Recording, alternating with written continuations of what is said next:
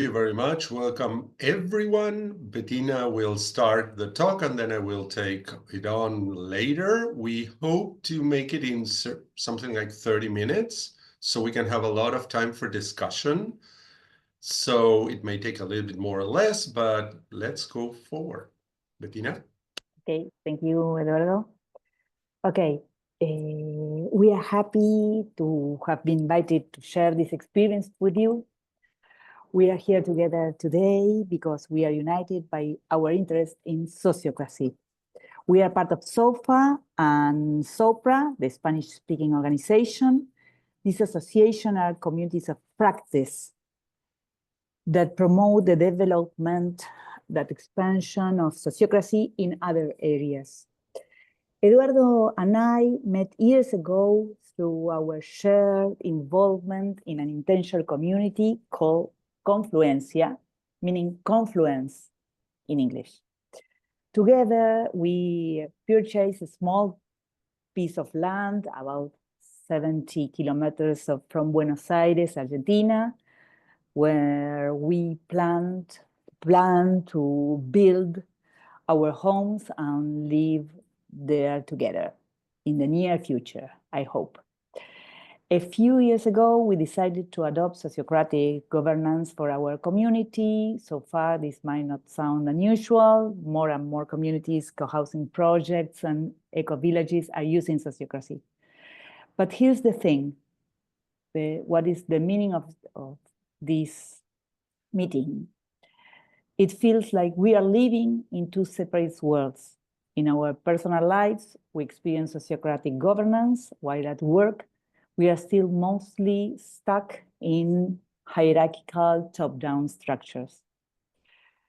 That's why today, Eduardo and I want to invite you to think about bringing and bridging sociocracy in other areas of life. A good starting point might be organizations that already have some similar values, like those working with technology, design, and innovation with agile projects.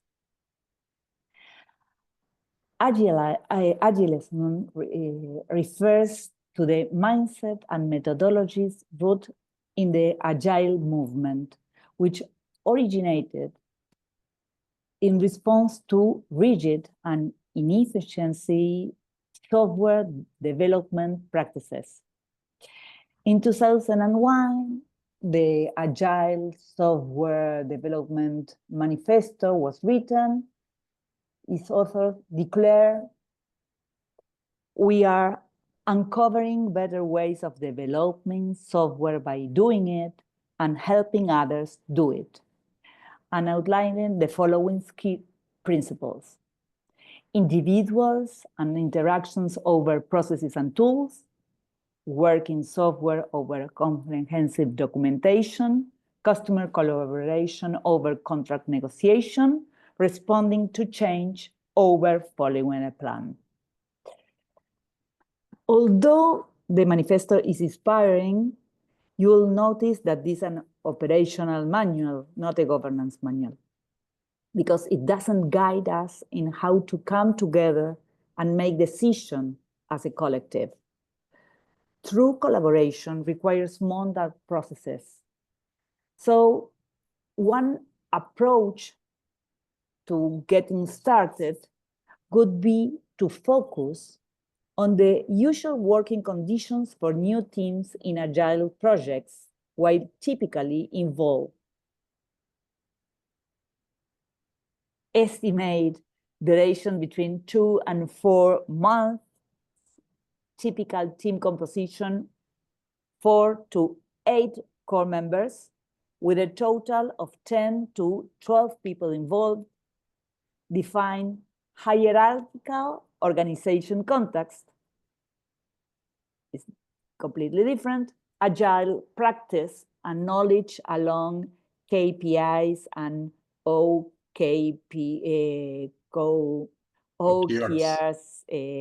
serve as guiding pillars for the project. Based on some of these similar operational characteristics between agile and sociocracy, they could be used as a bridge to introduce sociocracy and these work teams. Now, Eduardo will continue sharing the strategies used to introduce sociocracy, and he will also tell you about some experiences in different types of organizations. Eduardo. Thank you very much. Can everyone see my screen? Sorry, it took me so long. Thank you very much.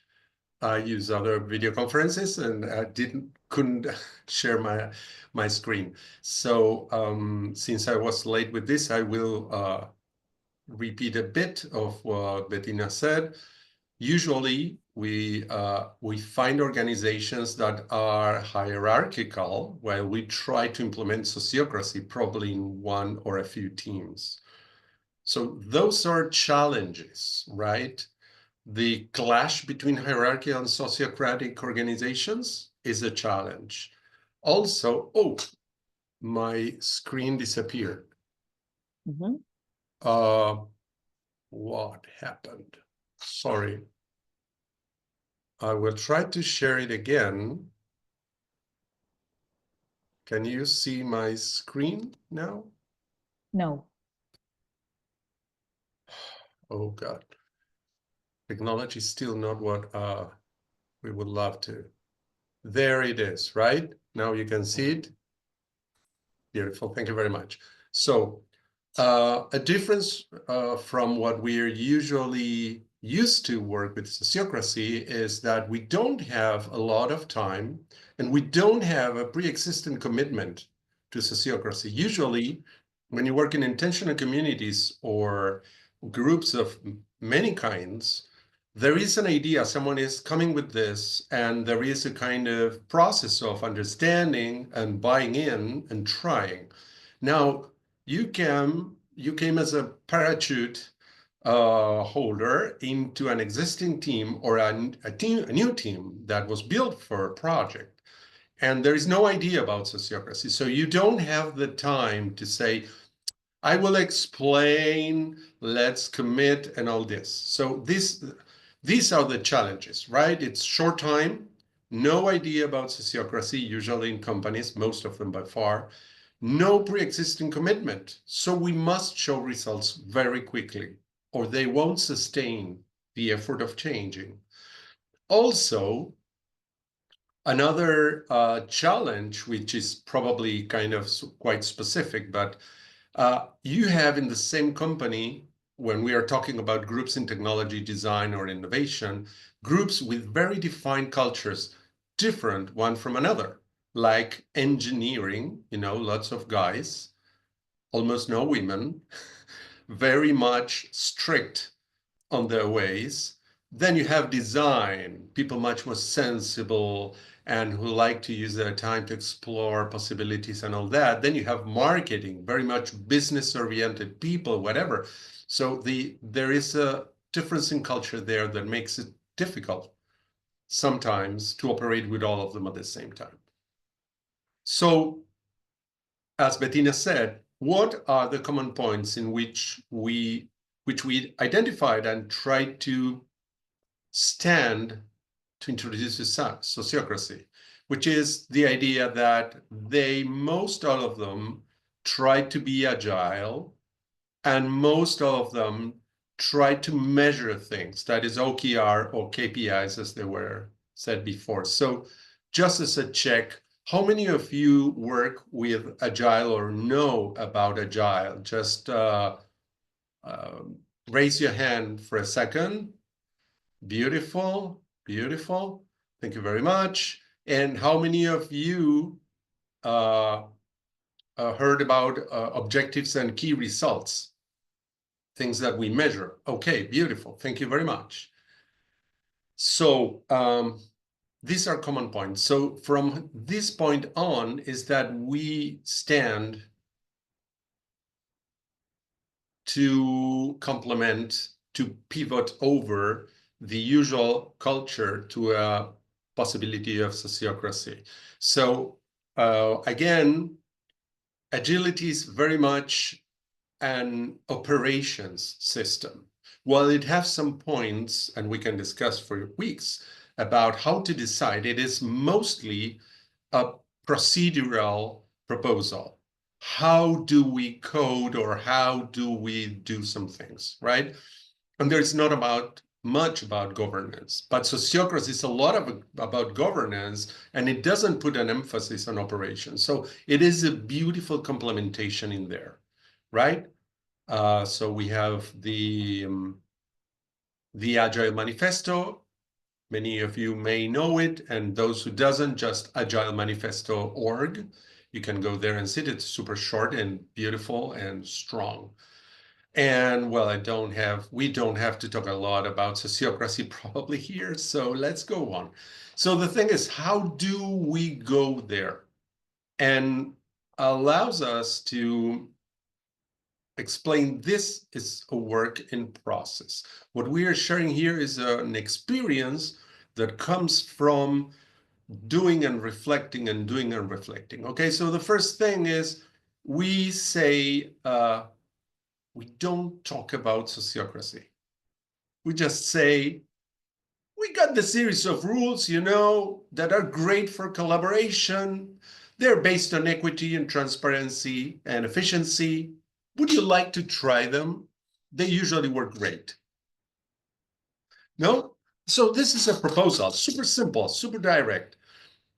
And we kind of, if you want to abuse a bit, the consultant weight that we have, because we've been called into these groups to help, to ask, so that this is the first thing, we ask for trust.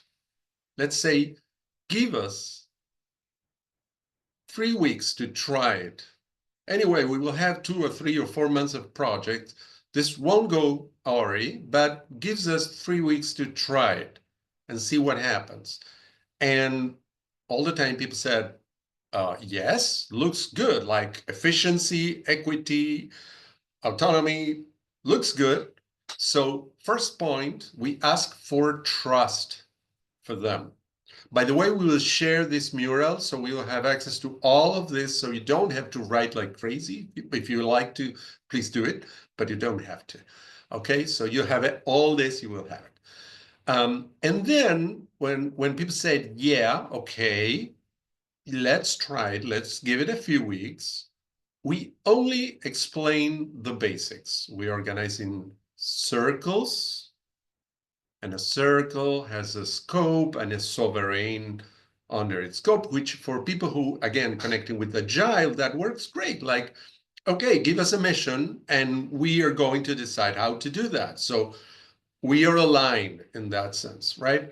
We use consent to decide. They probably or never heard about consent or confuse it with consensus, which is very common. So we just explain it super simple as we can. Say, okay, in one part, like in this corner of the ring, you can imagine, right? And a huge guy with a mask, we have voting. And the problem with voting is super simple, it's super fast, but you may lose for a small difference, and you will have a lot of the team against what happened because you didn't vote it for that, right? So you don't have really a whole team aligned. And in the other side of the ring, we have consent, right? So consent, it's great, it's ideal. We all agree perfectly that this is the best possible way of action. It has only one small drawback. It requires an infinite amount of time, right? So we are in agile teams. Consent is difficult usually. So in the middle, with the best of both worlds, we have, consensus. I was talking about consensus. We have consent. We don't have to agree perfectly. We just have to say, I don't have a problem with this. It may not be perfect, but it's safe enough to try. So usually, people is okay with that. So these are the kind of things we explain. It's circles, consent, and the meeting structure. making more than kind of, we don't give a class about meeting structure, sociocracy meeting structure. We just basically explain that we make a small check, we make a retrospective in the end, which people who heard about Agile is okay with that. We usually try to continuously learn about what we do. So that, you see, we're trying to get from sociocracy the things that are culturally near, that they are acceptable for a team with these capacities and culture, right? So we check how we are because we're people, just because we're people. And if your cat died yesterday, you probably are going to be very strange today, and that is understandable. Okay, so just tell us, and we will do what we can for you.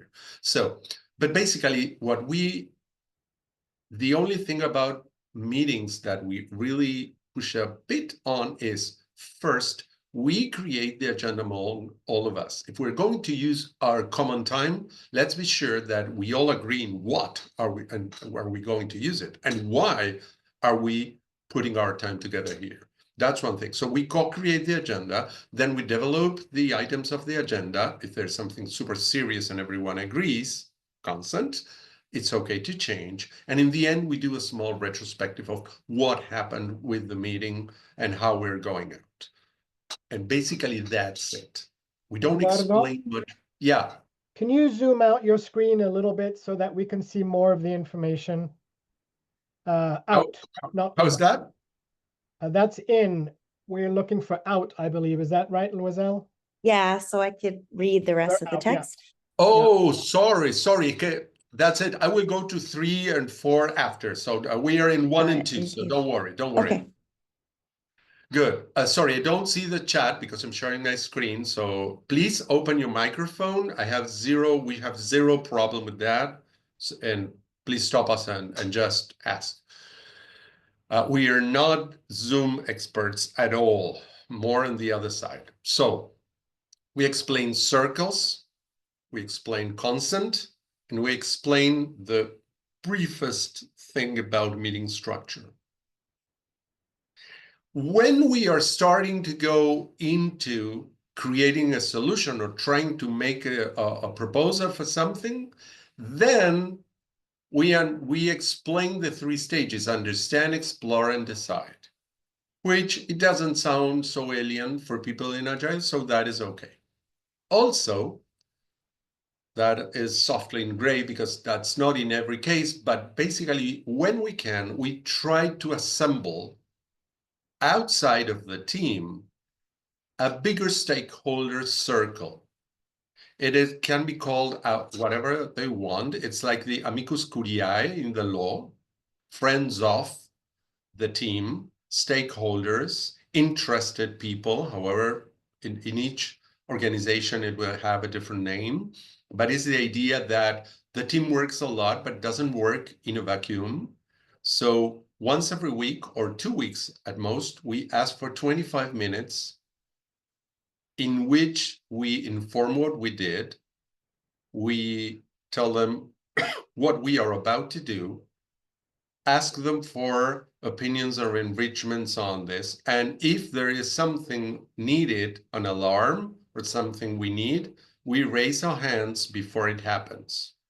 Like, in 2 weeks, we're going to work on this and we still don't have users, for example, to do user testing.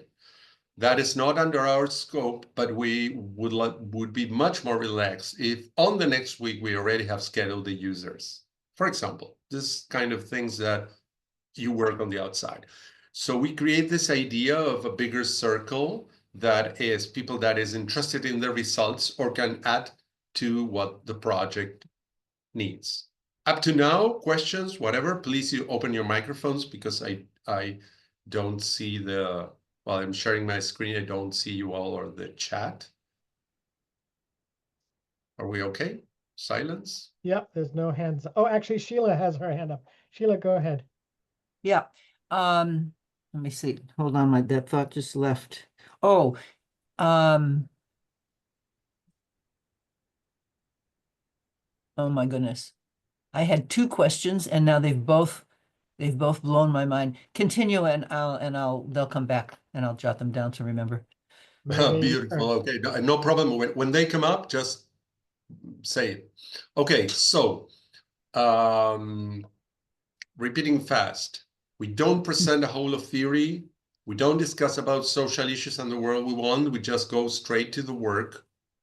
We ask for some trust. We explain the minimum needed, and we go ahead. So I do remember now. If you can go back to the first part of the, yeah. You're not giving them a sociocracy class. So are you just explaining all this in the process of doing the meetings? It's kind of just in time training. That's one question. And the second question is, this bigger stakeholder circle, is that anybody who wants to come, or are they choosing representatives to that, similar to the double links? usually, since the team is rooted on a certain organization, and we're in today's talk, we're mostly talking about companies, but not only, right? Yeah. Usually, the people from the team are the ones who choose who to call, to invite, right? So, for example, a classic team between 4 and 8 people can invite between 10 or 15 other people, from which only a part of them shows up. So usually this kind of bigger circle sometimes is, in a few, could be kind of huge and have 15 people, but mostly usually it's around, say, 8 and 12 people. Okay, so this is something that an Agile team would already have, this company would already have in place that making, okay, I understand. Yeah. Not exactly like this, but they have the connections. So they do invite, and always said, if you're in doubt, invite them anyway. Probably most of them won't come or won't sustain all the long of the project. But if you believe that there is someone who is interested in the results of this project, or can enrich us with their experience or view or context or whatever, invite them. Yeah. That's the general call. Yeah. And then my first question about how you're training them. Are you doing this just in short aliquots during the meeting? First one. First, and we were about to talk about that, so great question. Okay. First working minute, a working session we explain the idea of circles and consent and this super brief thing about meeting structure, and that's it.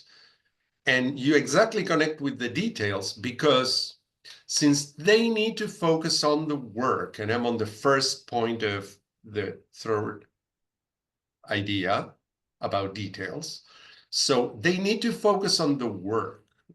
We don't want them to kind of open the focus and use cognitive resources for how am I doing on this. So basically, we prepare and facilitate the meetings, right? So they start to live sociocracy, live life, how to say, L-I-V-E, live, not leave of going out, but living. They start to live sociocracy in a practice. So every meeting, it is a practice of sociocracy. We use rounds. We open with the admin super briefly, as we said, but we put a lot of focus in creating the agenda. We start to write from before anything that you need to. These are the things we know we need to work, but if you have something, please add it. And the very small retrospective in the end. So they start to live sociocracy without anyone knowing that it is sociocracy. Just this set of rules for collaboration. Did I respond to your question with this? Yes. Anything else? I do have another question, but I can hold it till later. Do it, please. Go ahead. You said you're called in to the company. You have never used the word sociocracy. They don't know that that's what you might be using. What are you called in for? Just because you can help a project team get up and running well? What do they think they're bringing you in for? That's yes. They're calling me because someone told them, you had this kind of project, call this guy, basically, or this person.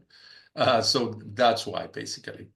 So they're not calling me because, or us because we work with Sociocracy. They are calling us because we can help them do something better in one or a couple other different fields. And we come with this proposal, and they get it because, again, there is some kind of respect for someone who's called from the outside many times and presented as someone who's a reference on something. So basically, they get it from there. Thank you. Okay, beautiful. Thank you. Paulina has her hand up. Can you take another question, Eduardo? Yeah, sure. Okay. I don't know if it's a good moment. Let's just decide if it's a good moment for this question, to the answer to this question. I'm just wondering if you mentioned OKRs. So do you use OKRs as a, this is my experience. I was using with the agile teams or the different teams, the OKRs like the aim of the circle.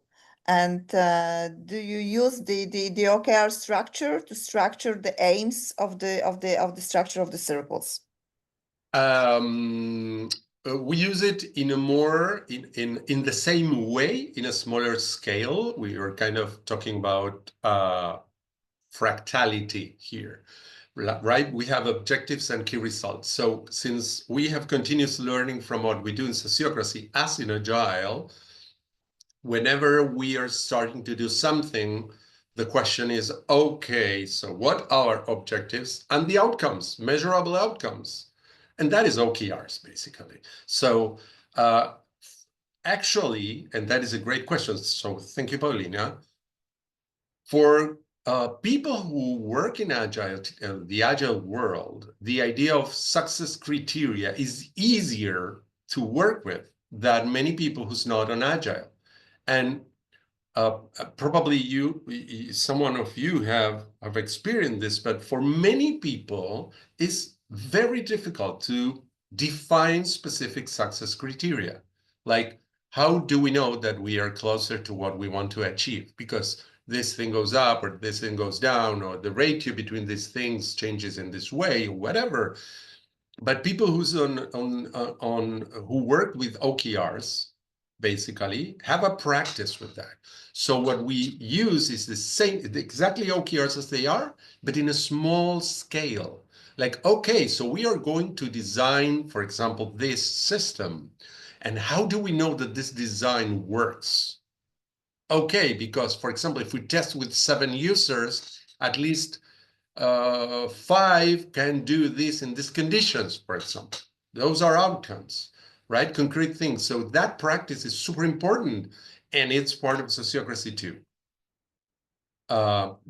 Did I answer the question? Yes, thank you. So partially, because I was thinking about the structure of OKRs that could also help to build the structure of circles.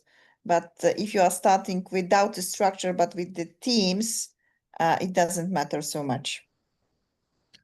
Thank you very much. And absolutely, yes, but we are not called to review the organizational structure. We are called to do a project, and there is a team assigned to the project. So your observation is right on point.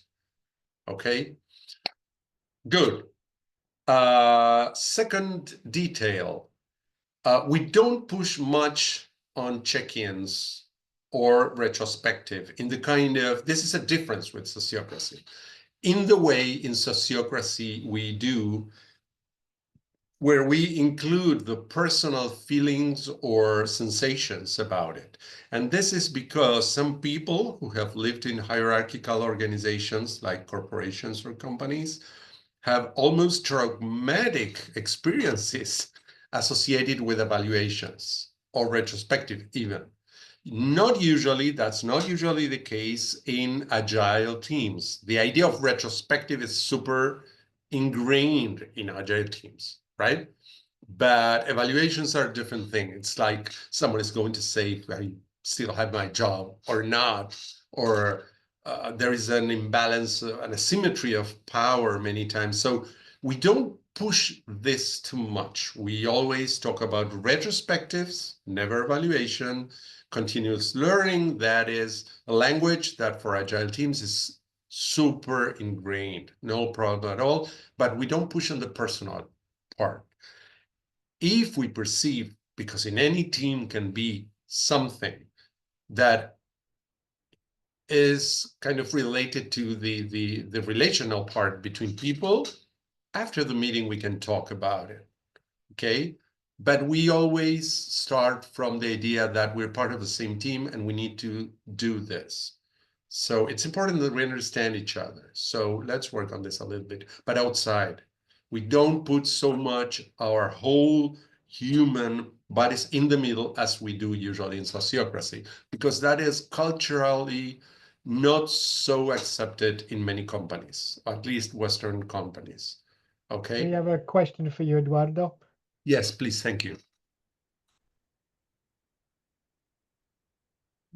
Sorry, I Mm, was mute.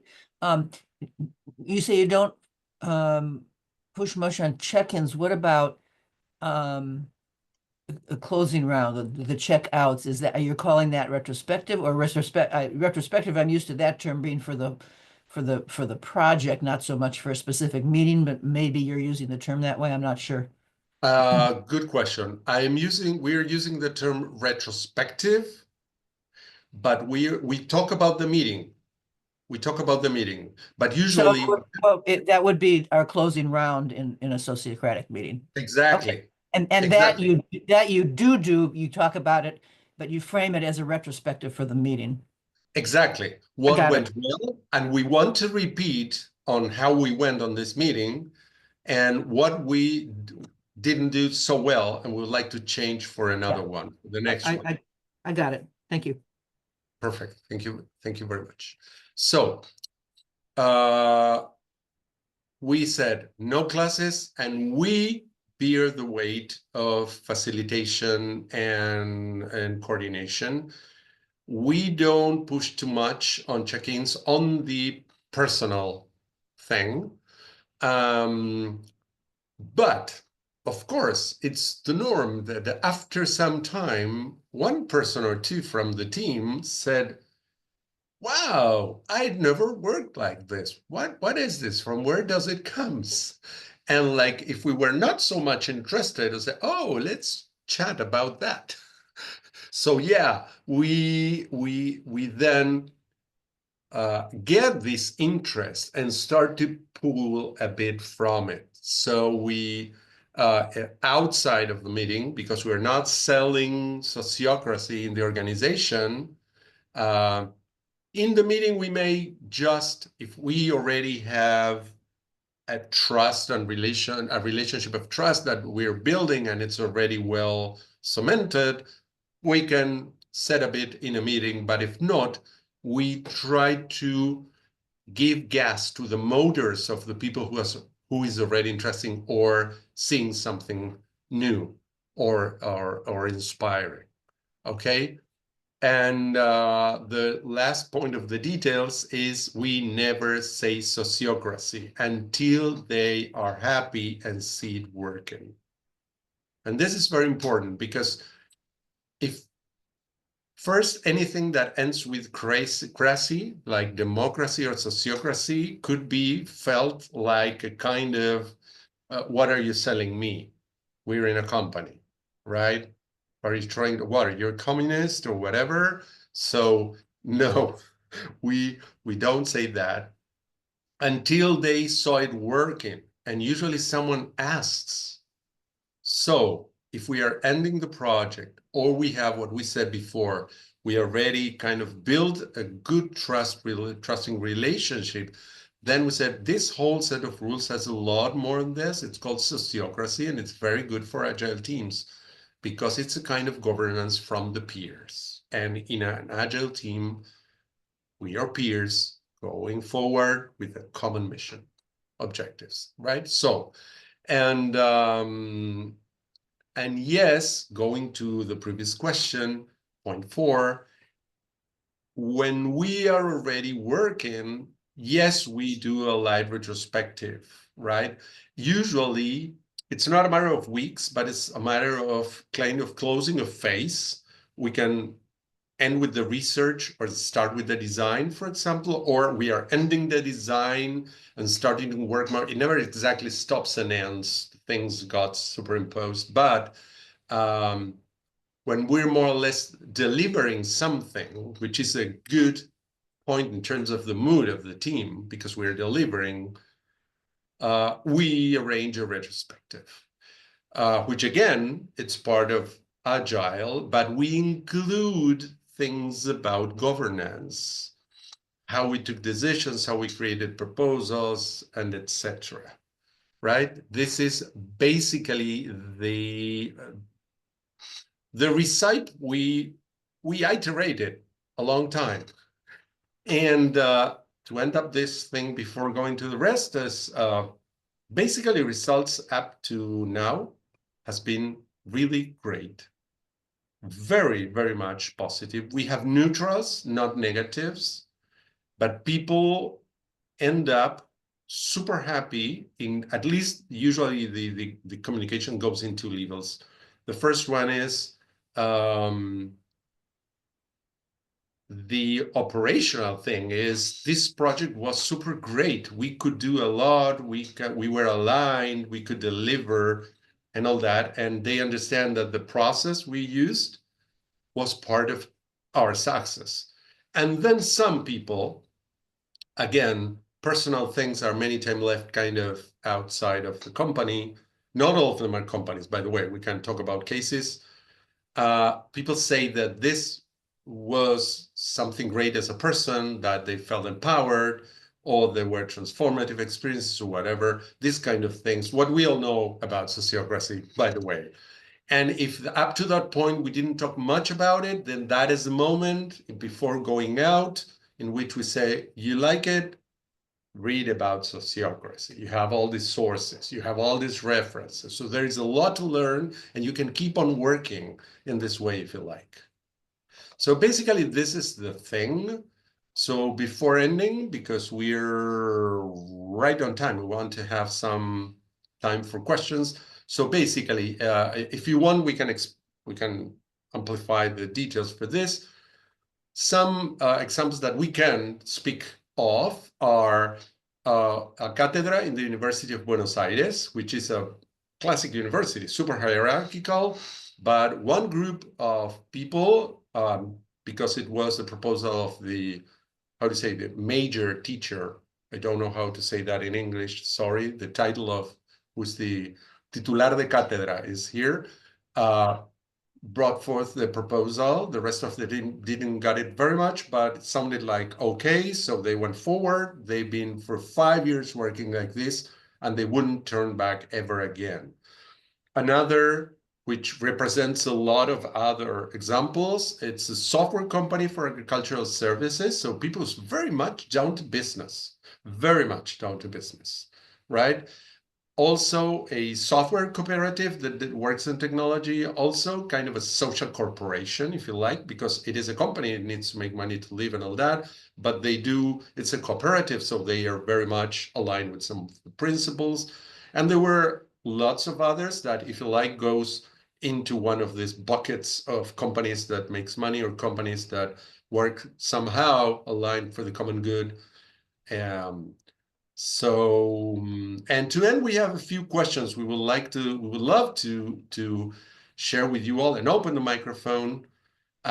So if anyone of you had experiences with this kind of organizations, if you, well, we already said if you have experience in agility and you can share a bit about that. And this, as we said before with Bettina, is a work in progress. We're sharing a practice. This is not a Bible of anything. So if you have any ideas about how to make it better, we would be very happy to share with everyone. And that's it. So thank you very much for your patience up to now. Thank you, Eduardo. Did you want us to have a chance to answer those questions? Please go ahead. It's your turn, Neil. With your screen gone, though, I think it's going to be a little bit difficult. Can you share your screen again, and then I can take a photograph and put it in chat, and then we can sort of come back to being faces again. See if that works out for everybody. I can paste directly in the chat. That's Similar even experience. better. Eh? That's perfect. Yes, give me just a second. I will.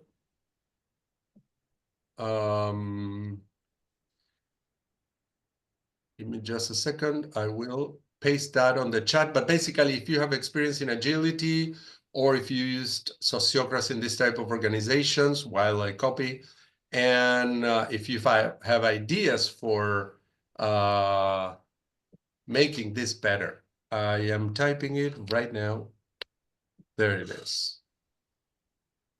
Okay, that was just a direct message to me. Let me make it public to Oh, everybody. sorry. That's okay.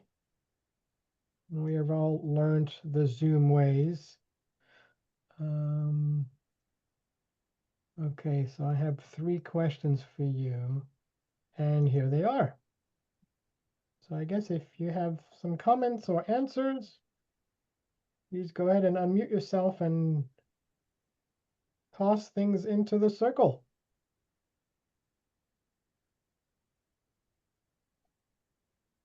Who would like? Paulina, please.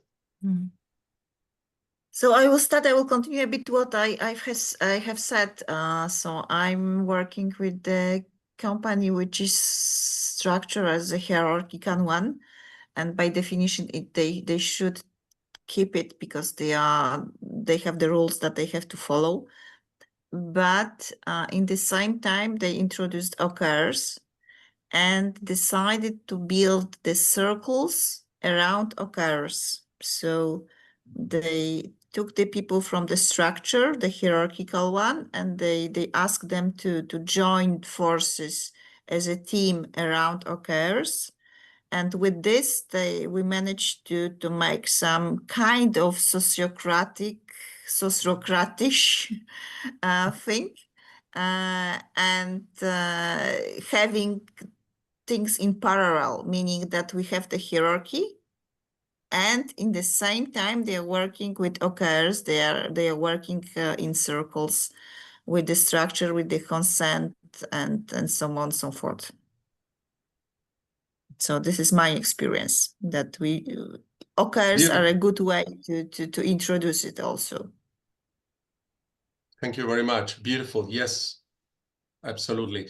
Always in hierarchical structures, anything that is not directly under the hierarchy, and it is a classical, the Scrum Masters and things that are usually supposedly transversal, and all these kind of groups that work along the hierarchy may have some bumpy road. So it is good to look ahead for those places where some people get uncomfortable having someone who comes horizontally to its own sphere of power or pyramid of power, right? But yes, the idea behind the OKRs that you were saying is beautiful because it's area of circles, right? If we have a common aim, we can define a scope, then that is a good circle. So it would be great. So that's good that you're having that experience. Tell us on the next conference how it goes. We'll see if it survives, I will tell you.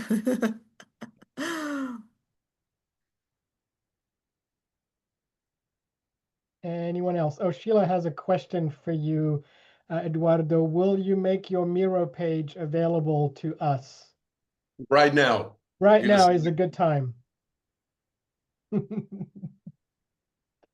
Love. I'm doing it. Please open the microphone. I'm doing it. Yes, the people will open the microphone should they choose to. Hello. Thanks for sharing, Eduardo. I've also enjoyed your questions from the other talks. And also Paulina, the OKRs, I had to look up, like, what is that? Oh, okay, I got it. And so, yeah, just a little bit about me. I work currently, I was a volunteer for Sociocratic organization, Village Co. We're quickly integrating Sociocracy this year. And I'm also, it's so amazing, and I'm raving about it to everyone I know. They were like, I don't think that works. And I said, see for yourself. Yeah. I'm also a co-founder of a startup called Query.io. You can check it out later. But we are a communication software that will help progress difficult conversations. So in terms of like conflict resolution, making difficult decisions, problem solving, ideation, we're hoping that Query, which is based on curiosity, rewarding curiosity, will help one-on-one conversations. So that's a bit of a background. And I came to this talk specifically because I want Agile and Sociocracy in there. So I'm not able to answer the second question, but it is my dream. And I would love to learn, like if anyone has that experience to share, I'd love to talk to you or collaborate or just learn from each other. But yeah, I think, and I'm making a LinkedIn post right now about this experience, and I clumped hierarchy and like centralized and like all these kind of old systems together. And I'm, contrasting it with kind of these progressive practices of Agile, Sociocracy, Liberating Structures. I'm learning so much right now, and they all have something in common, right? They all have this draw. Like I'm so drawn to them.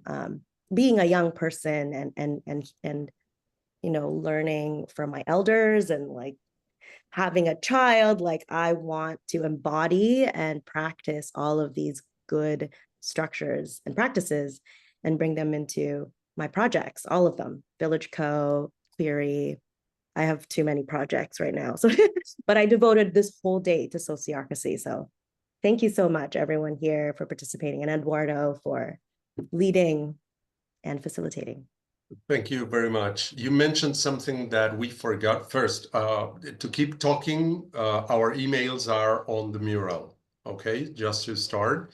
And also Liberating Structure, we forgot to mention that, but Liberating Structure are, again, a beautiful complement to Sociocracy, right? The whole idea of liberating structures, for those who don't know, it's kind of, the question is, what is the minimum structure we need for collective intelligence to emerge? Their link. Thank you very much, Neil.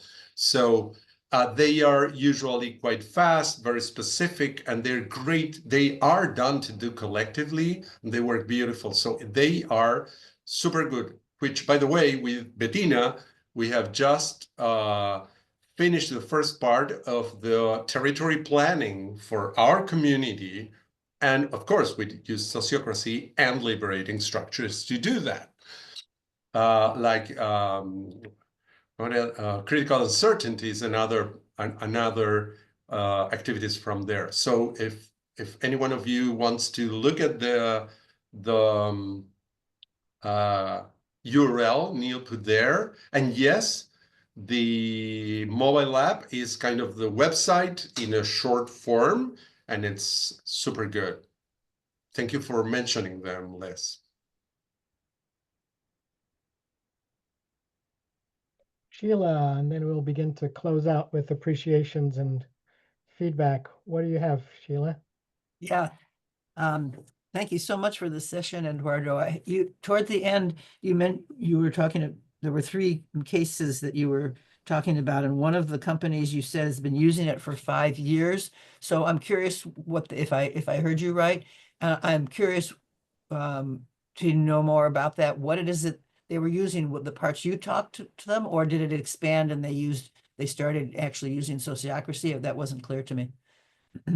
Well, it is a very kind of specific and rounded up case in the terms of it's one cátedra. Cátedra here is a group of teachers that teach one thing. I don't know how to translate that in English. Help me, was anyone? Unit. Please? Unit.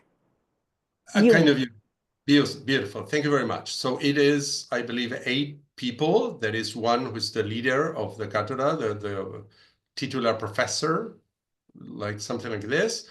And there is an adjunct professor, and then there is a lot of people who are equals. And within the university. So the university didn't change at all. It is absolutely hierarchical as ever, right?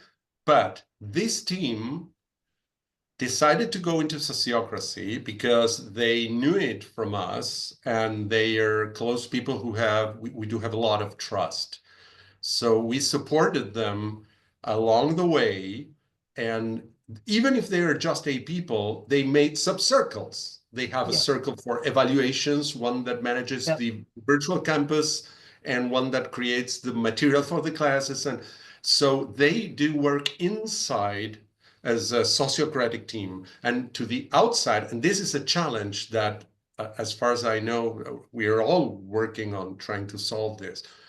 For the outside, it is still a hierarchical team in the terms that the university talks with the titular professor, and the titular professor is responsible and has the power to order people to do things.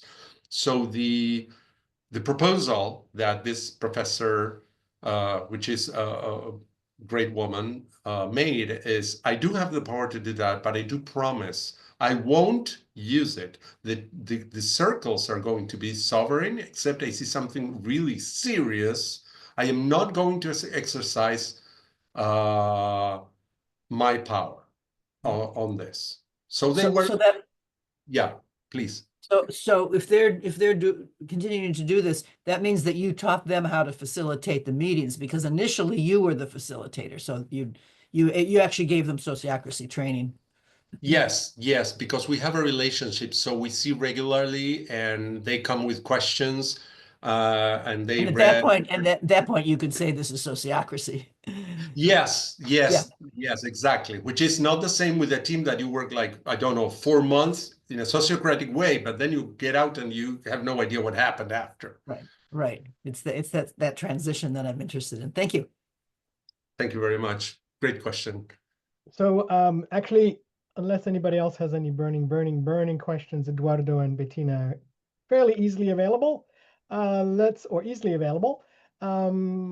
just close out this session so that we have a few minutes to breathe and between now and the next one.